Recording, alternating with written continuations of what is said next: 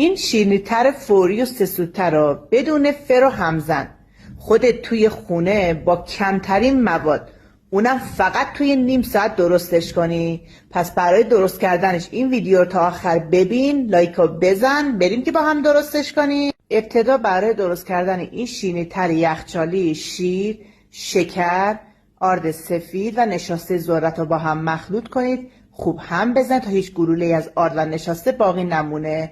بعد بذارید روی حرارت، مدام هم بزنید تا به غلیظت فرنی برسه.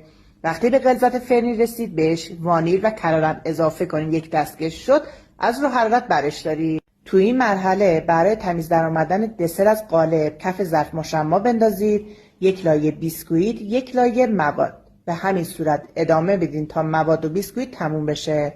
لایه آخر حتما از مواد استفاده کنید، بعد بذاریدش یخچال تا کاملا خنک بشه. تو این فاصله ژله مورد نظر رو با 1.5 لیوان آب جوش مخلوط کنید. وقتی که ذرات حل شد، کاملا سرد شد، بریزید روی دسر، بذاریدش یخچال تا ژله ببنده. بعد آماده شدن دسر از یخچال خارجش کنید، با یه چاقوی تمیز دور تا دور دسر رو دورگیری کنید و به صورت دلخواه برشش بزنید. برای دیدن آموزش‌های بیشتر حتما یه سر به پیجم بزنید.